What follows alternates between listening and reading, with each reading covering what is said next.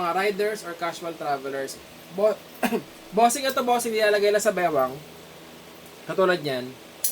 Pero kung gusto mo, boss, gawin para siyang body bag, walang problema kung gusto mo yung ganong formahan. Pero mas maganda, bossing, sa bewang lang talaga to.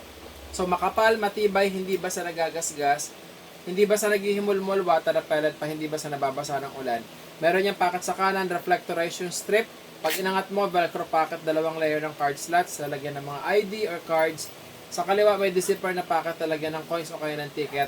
May isang sabitan ng shoes or accessory. May 2 buckle na lock. Pag angat mo ng mismong buckle yung cover niya, may sariling bulsa. Dito pa lang sulit na yung bili mo kasi kasya sa bulsa na yan, lalagyan ng ORCR, water repellent pa yung lining.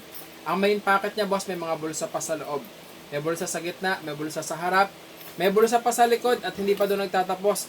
May taguan pa siya, bossing, ng payong o ng kapote sa ilalim. Pag bigla kang umulan, may dala kang payong, boss, dito mo ilagay. Ibilog mo lang na maayos, adjustable naman to, magkakasya. Bossing, limited lang yung stocks, kaya hanggat meron ka pa dyan nakikita sa basket, i-check out mo na.